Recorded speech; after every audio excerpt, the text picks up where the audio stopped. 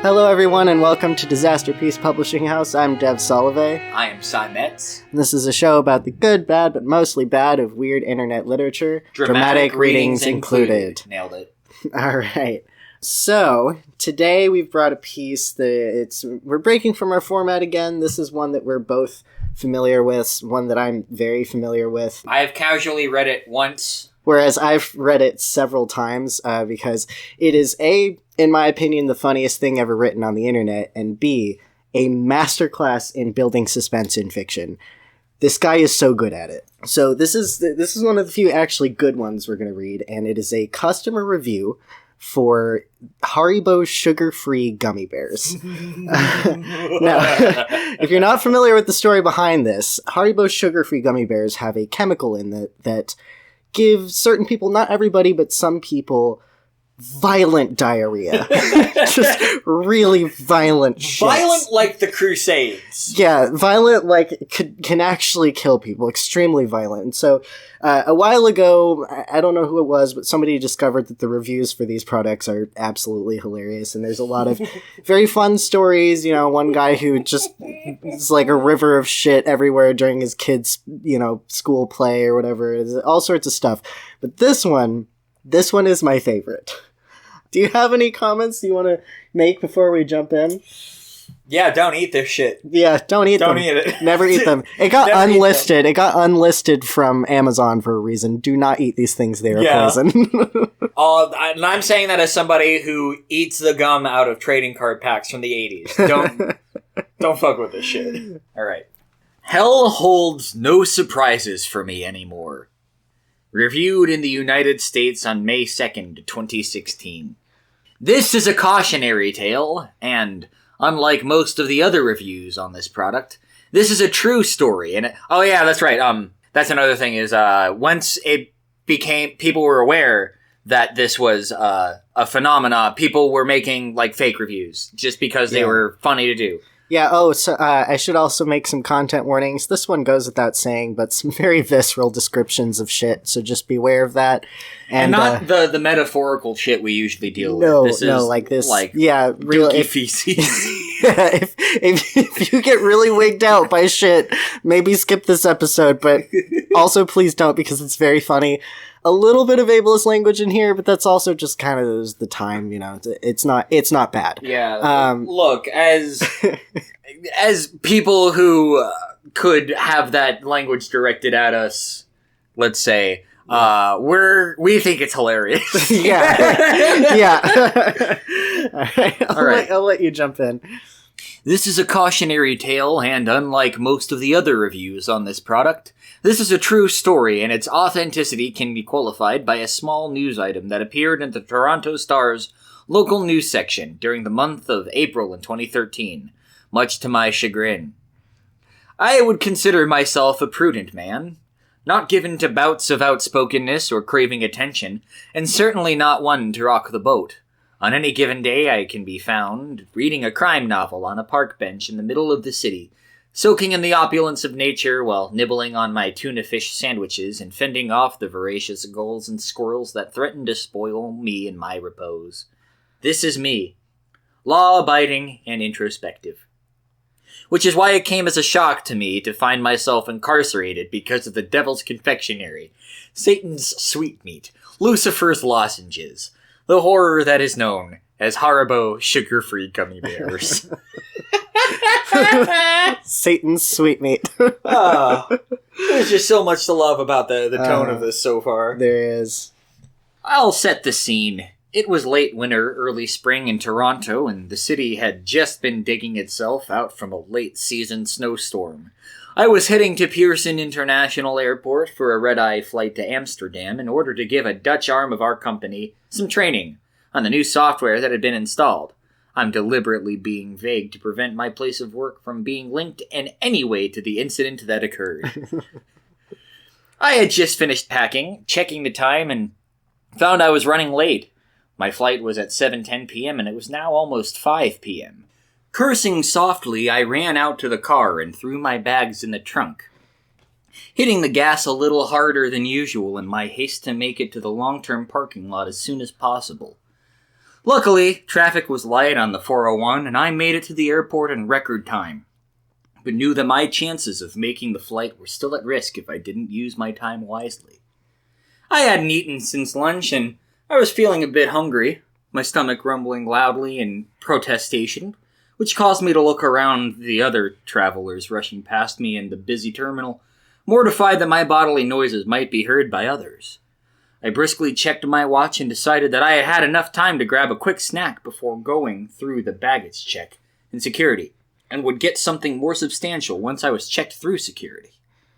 I spotted a vending machine nestled in a relatively low-traffic corner of the terminal and rushed over, already putting out my credit card and mentally assessing what I had a craving for, so as to save time interacting with the machine. My eyes scanned the colorful array of confection quickly, coming to a rest on the tantalizing rainbow-colored bag of gummy bears with the simple white and red logo Haribo emblazoned across the bag, and what appeared to be a slightly tweaked Helvetica rounded font. Now, I'd like to pause here in the story for a moment to underscore the importance of making proper choices. I was hungry. When you're hungry, you should eat food. Food is defined as a nutritious substance that people consume to maintain life. This is what food is. In these days, the definition of the word food has been bastardized, and the meaning has been broadened to include veritably any material that can be digested, or rather, chewed and swallowed without causing death or severe illness. Haribo sugar-free gummy bears are not food. They aren't even from this planet. I imagine the origins being covered in a boardroom in hell by a top team of creative pain administrators, with senior-level demons rubbing their hands together in ghoulish delight as hell's chief chemist slowly lifts the veil on their new creation. The point here being, I made a very, very, very poor choice. I pushed the button and the vending machine ejected the brightly colored bag into my awaiting hands. I had always liked gummy bears. They were bright but rather innocuous. They weren't overly sweet so as to become cloying, and, of course, each candy came in the visage of a rather happy, docile bear, reminiscent of the picture one's mind-eye might hold of all anthropomorphic bears from Yogi to Winnie. This is why I love this piece. I need to jump in here. This is why I love this piece, because he builds suspense so well. But you forget he's about to poop his pants. You forget he's about to shit. Because he's going into details here. And he takes a break to talk about, like, this is not food. Yeah. Record scratch. You might have wondered how I got here. And the metaphors he comes up with are just a boardroom in hell with creative pain administrators rubbing their hands together. Like there's a reason I'm doing a bootleg ambiguous amphibian impression here. Yeah, like the imagery that he uses is fantastic, and it's about to get even more wild. So continue. The way I figured it, I was taking a bit of a holiday from life, so I could relax my fastidiously regimented daily schedule a little to allow for some frivolity. After all, I was going to be in Amsterdam come morning with 16 hours to kill before I had to be training the Dutch employees. Maybe I would take a trip down to one of the coffee shops in the red light district and really let my hair down.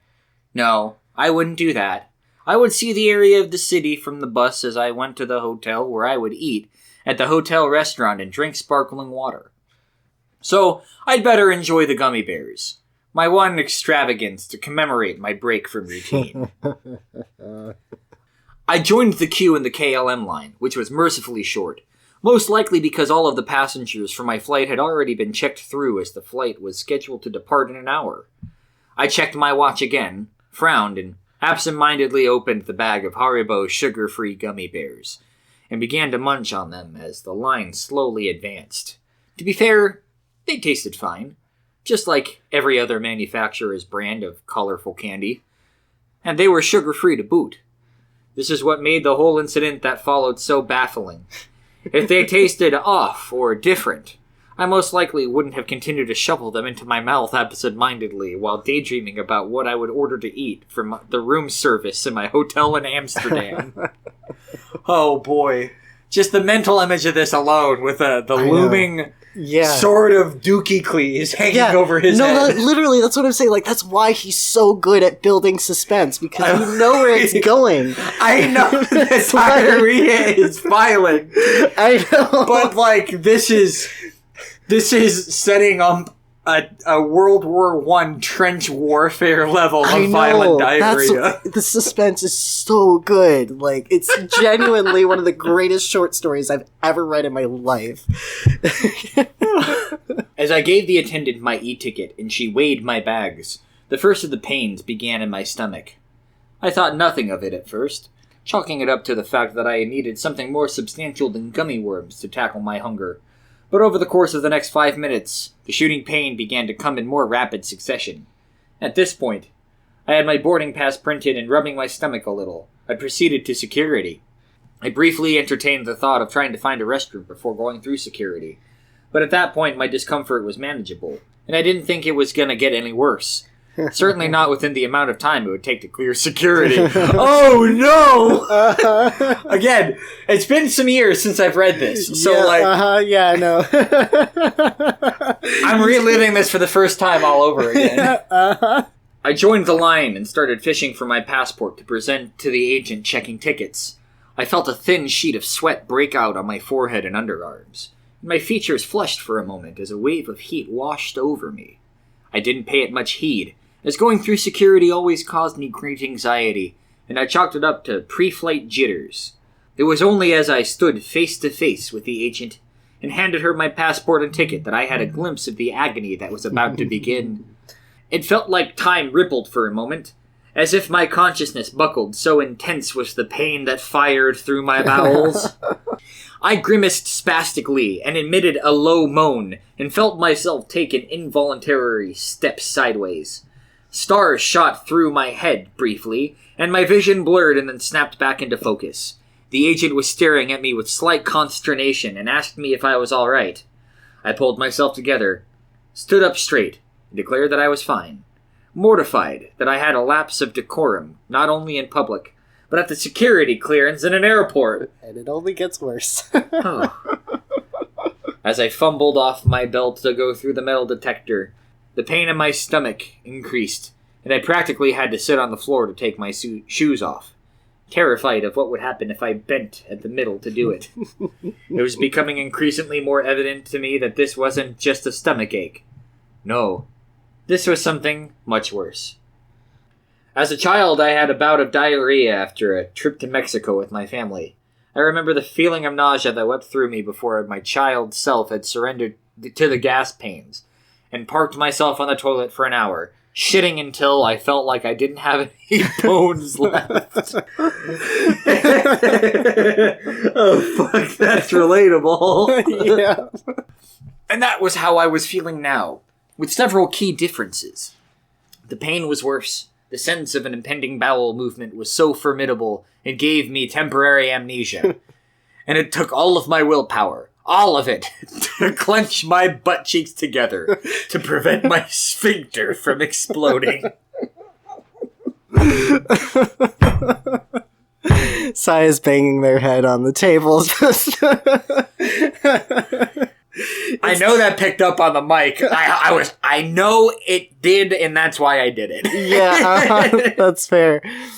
A sudden shock of pain racked my body, and I half wondered if I was going to give birth to a Tasmanian devil. I have to tap out for a second. You gotta. You want me to continue? We can do an Eye of Argon where once one of us cracks up, we switch it off. You want to do that, or yeah? Okay. Only if you crack up, though. Not the thing we did. Where, not that. Not because that. Oh man, that was too much. Painful, yeah. That was too much. So, a sudden shock of pain racked my body, and I half wondered if I was going to give birth to a Tasmanian devil. The crazy, fever-induced image of said cartoon animal chasing Bugs Bunny through the splashy, volcanic shit kettle that was my stomach caused me to elicit a short, maniacal bark of laughter as I approached the medical... Okay, we both cracked up. I kind of want to keep going. As I approached the metal detector, A wild, distant look in my eyes, sweat now beginning to pour off of me like a long-distance runner in Kenya. The security agent on the other side of the detector shot a quick glance over to her coworker, who narrowed his eyes and made a subtle movement towards his holster. My breathing became uneven as I entered the metal detector, and realized with alarm that I had taken off my socks without even registering it, and one of my shirt tails was untucked at the front. I held my breath, my eyes bulging dangerously from my head as the machine scanned me. As I shakily moved forward towards the agent for a pat-down, my stomach began to elicit sounds that can only be described as otherworldly. It started off a sort of bubbling sound heard from afar.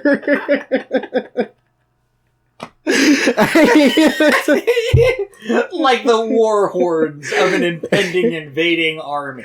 I'm gonna keep going, and then you tell me when you want to tap back in. I'm crying. I am fucking crying. Bubbling sound heard from afar, and grew in pitch and intensity at an alarming rate.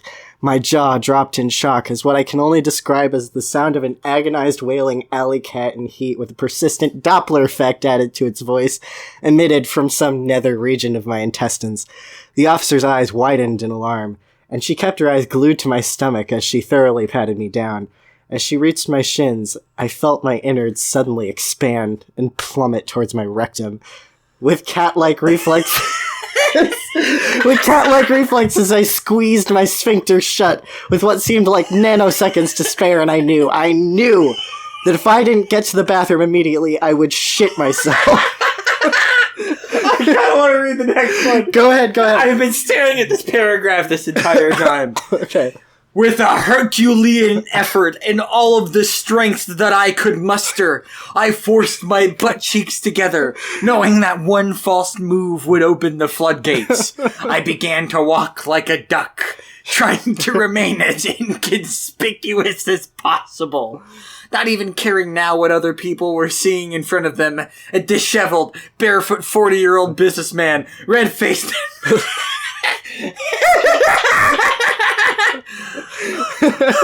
A disheveled, barefoot, 40-year-old businessman, red-faced and bulgy-eyed, sweating profusely, shaking slightly and walking without bending his knees.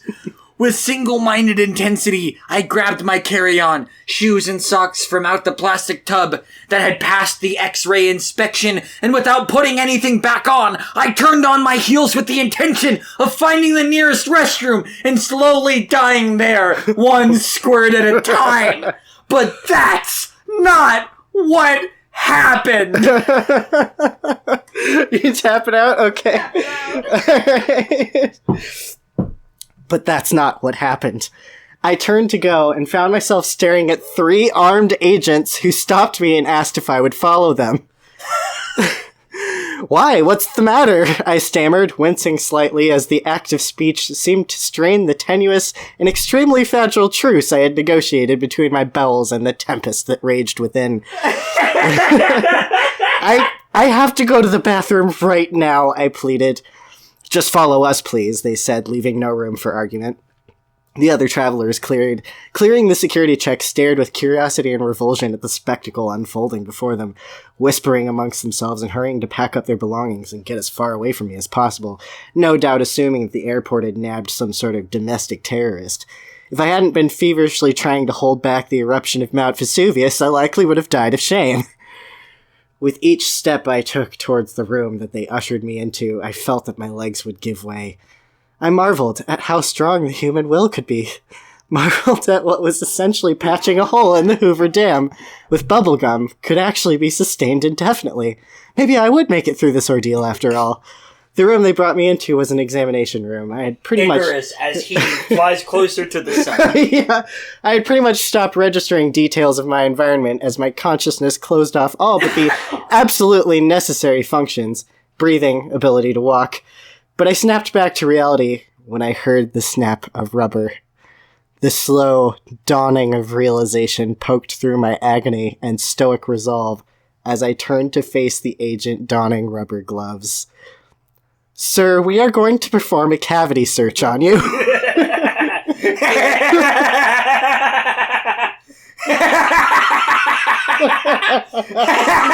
Oh, This is oh man. Plot twist of the century! I know, God.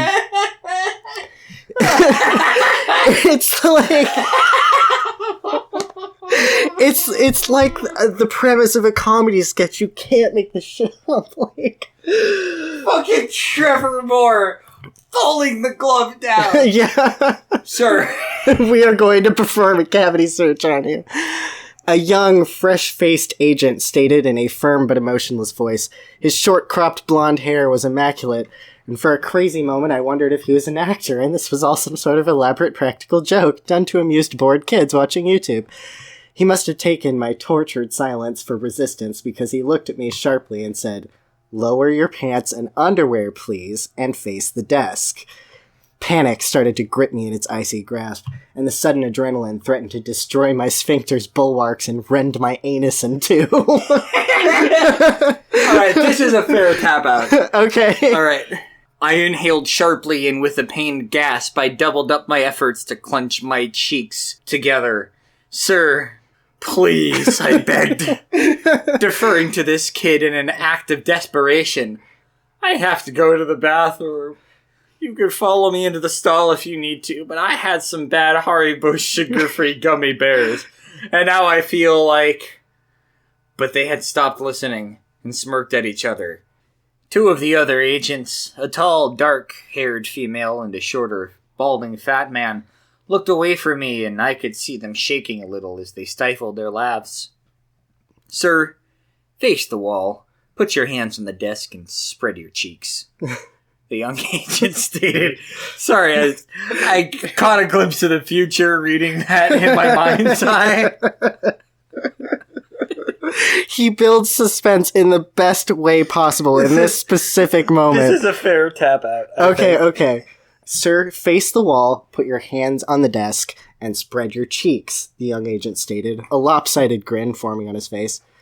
But see, I'm imagining, you know that meme of the stick man crossing his arms and it says "clueless" with like the big upper lip and everything? Yeah. I'm just imagining like literally that face on a stick man person putting a glove on. Honestly, yeah. But I began to protest, and then a fresh shock of pain forced me to stop and lean on the table for support, as an ungodly howling rose from my stomach, something between the dying moans of a woolly mammoth and the sound of bubble wrap popping underwater.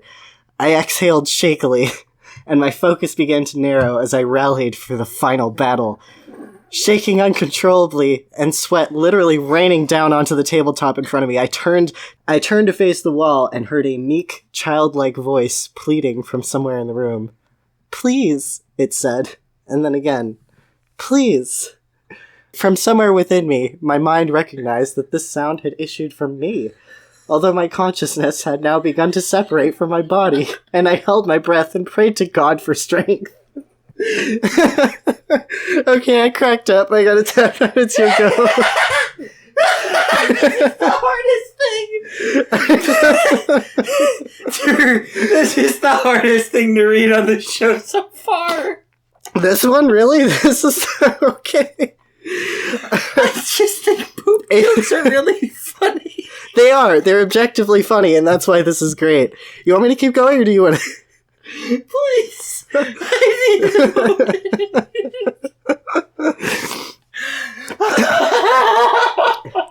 Oh my God. I'll give you a minute. Crying. I know. I'll give you a minute. I'm fucking crying. I need my inhaler. Oh my God. I need my inhaler. Yeah, keep reading. This Okay. show must go on. No, I need your reactions here. You need to get your inhaler. I need to make sure you don't die. So, to recap for the listener, I have almost murdered Sai. I've given them an asthma attack with this piece. Oh my God, are you still recording? Yeah, I'm still recording. Okay, good. Okay. Yeah. Look at me.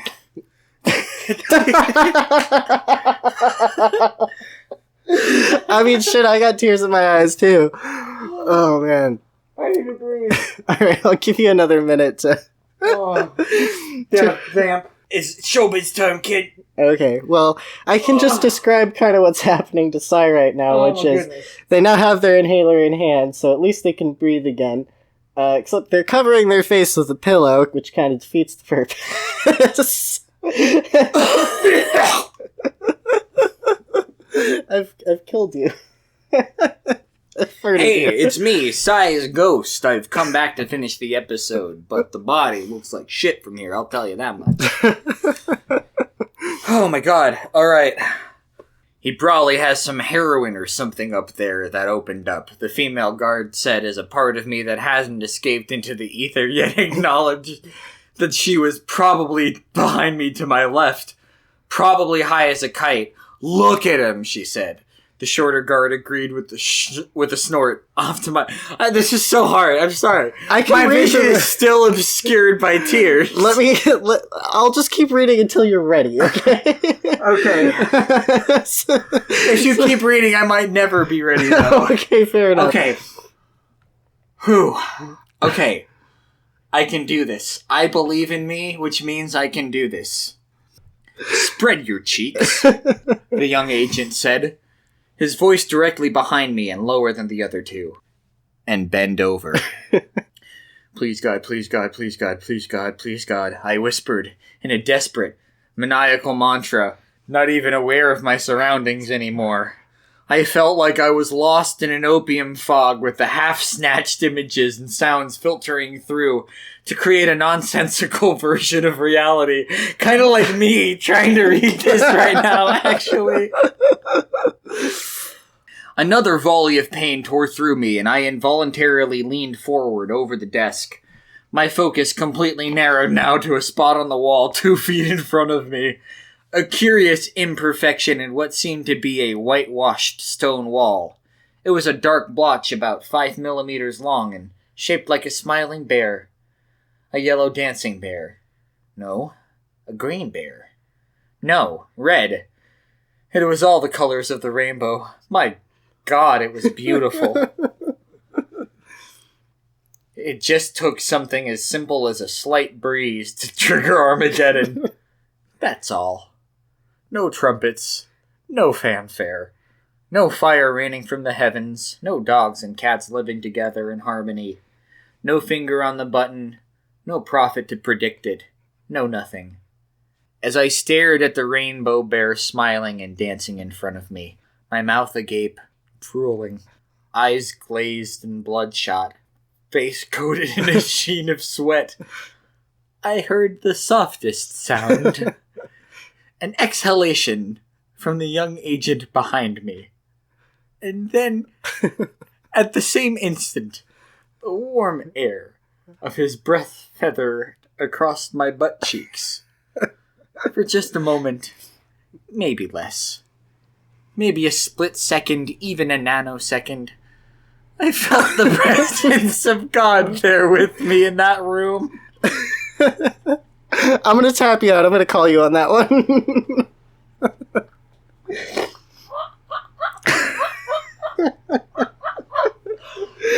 The audio quality of this is terrible because we're all coughing and sneezing and crying from how funny this is.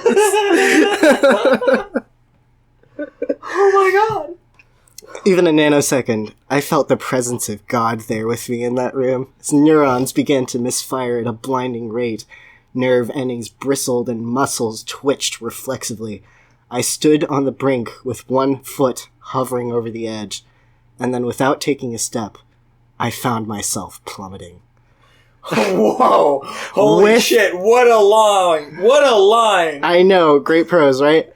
With a sound like an extra large plastic ketchup bottle being run over by a Mack truck. My sphincter released. I'm not tapping you out. Okay, if you want to take over here. Oh, I accidentally glanced a sentence ahead. That's gonna be hard. Okay. The pressure of the blast pushed me hard into the desk, and the legs of the desk screeched as they scraped across the floor. My body remained rigid for a moment, and I experienced a relief that can only be described as orgasmic in its purity. My eyes rolled back in my head, and my tongue lolled out of my head. like a half-retarded dog, and I emitted a low, sustained groan that grew in pitch as the filthy torrent pushed its way out of my body. Tremors racked my body, and I must have looked like a fish out of water with an endless stream of shit firing out of its ass. The other sounds and sensations started to filter in now, as my consciousness began to materialize once more.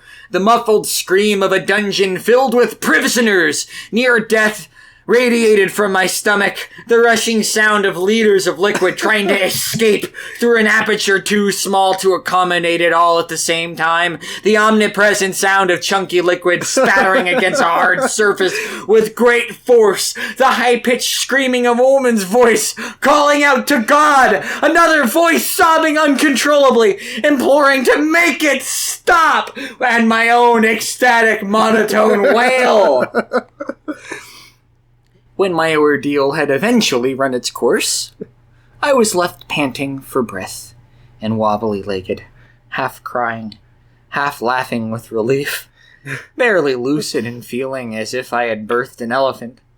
My colon felt like someone had poured chili sauce all over it and then sent in a fire ant colony to eat it. Through my sobs, I heard the sound of dripping. Like when the sprinklers are eventually turned off after an office fire. Yep, I'm tapping in. This isn't fair. Saya's like on the floor, by the way. We're not even halfway done, are we? We're a little past the halfway mark. We're a little past that. Oh, yes. Child, things are not going to get easier. Through my sobs, I heard the sound of dripping, like when the sprinklers are eventually turned off after an office fire, or after a thunderstorm when the willow that overhangs a pond continues to rain down long after the sky has stopped. From behind me, the sobbing continued, and I heard someone trying to speak into a walkie-talkie, but nonsensical words were all that the man could speak, which sounded like the ravings of a lunatic. With great relief, I slowly pulled myself off the table, legs trembling, my stomach eliciting one last sound, a prolonged gas bubbling that eerily resembled a pig orgasm. Hold on. This is an audio format. Sai is currently looking up, presumably, the sound of a pig orgasm. Oh, yeah. You presumed correct. Cool. Just call it assume at that point. Pig orgasm. Thank you, Google.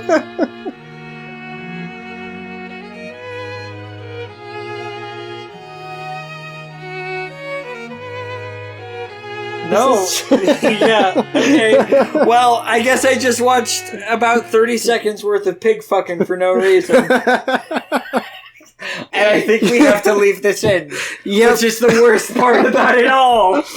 Mm-hmm. I hate this fucking show. I hate this show. You're welcome. I slowly turned my head to survey the devastation, and in that instant, if I had a pencil or some other sharp object, I probably would have gouged my eyes out in revulsion. And the smell was enough to drive a man insane. It was the stench of rotting potatoes mixed with sulfur and ammonia, cooked in a broth of chicken feces and left to age for 2 weeks in a yeasty stew at the bottom of a French outhouse. You gotta hold on, we gotta reread that in an angry video game nerd voice. And the smell was enough to drive a man insane. It was the stench of rotting potatoes mixed with sulfur and ammonia, cooked in a broth of chicken feces and left to age for 2 weeks in a yeasty stew at the bottom of a French outhouse. Yeah, that sounds like something a YouTuber would say. Yeah.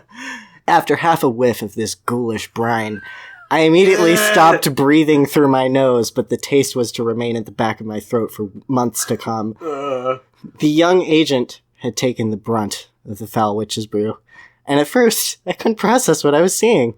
I thought somehow the young blonde kid had been spirited away and been replaced by a brown golem, or an ATV rider that had spent the better part of a day driving through every mud puddle he could find after a torrential downpour. With some degree of compartmentalization, I came to understand that for some unfathomable reason, this kid hadn't moved. Or hadn't been able to move through the entire fecal deluge. I'm reading this next part. Yeah, you are. Okay. He had weathered the entire assault head-on like some sort of hero from Greek mythology. This next line! This is the best line in this entire Lives in my head rent free. I can do it. I promise I can do it. You gotta do it. I can do it. This is your line. You can do it. You can do it. I can do it. I had given this poor schmuck a one-man shit bukkake. That would make a Brazilian pornographer retch with disgust. And he was still in the same position he must have been from the moment of first impact. I tried to comprehend how he must be feeling, what he must be going through psychologically, but it became evident very quickly that he had become very broken. No doubt forced so deeply within himself once the fire hose has been turned on that there is little to no hope of him ever coming back from it. Certainly not without extensive psychotherapy or a lobotomy. I looked beyond his quivering, catatonic, crouched form to see a perfect outline of him cut out on the white wall behind him. Either side filled in with a dripping, opaque layer of alternately pulpy and runny fecal stew. I noticed two quivering masses at either extremes of the room, and realized that they were humanoid in form, although the caterwauling that was coming from these broken creatures was just blubbering gibberish.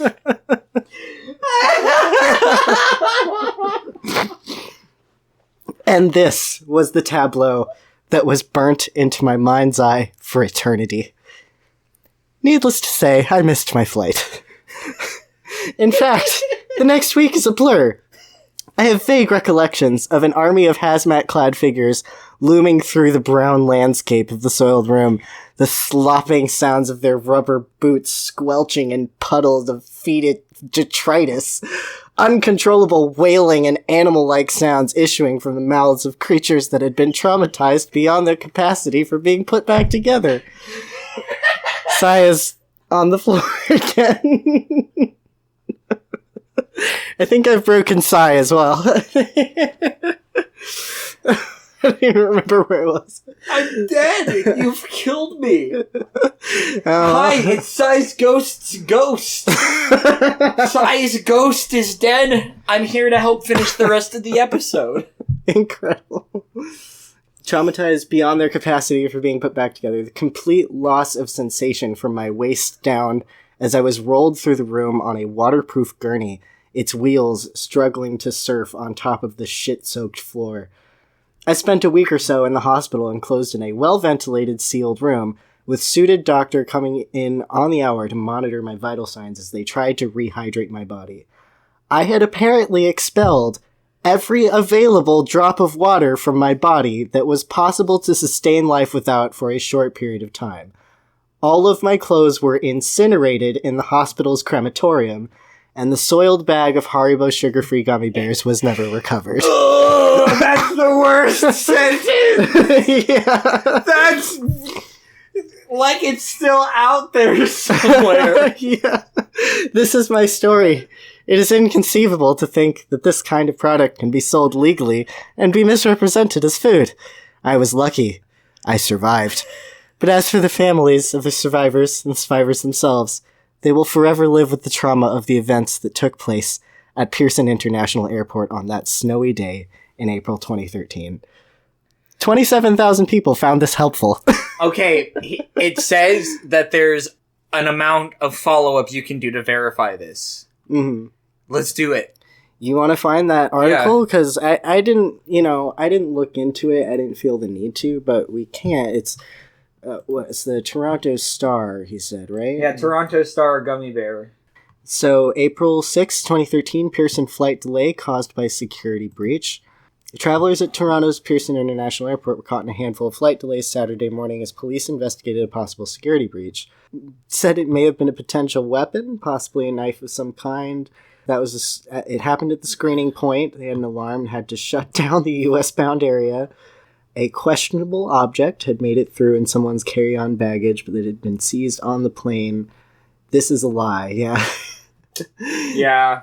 Yeah, no, this is either the story is fake or the things that security told them were fake to protect the victims. See, here's what I think is magical about this. This is, especially nowadays, with 10 years worth of, police and security agents just telling bold-faced fucking lies to the public, and then having those outlets more or less regurgitate them unrestricted.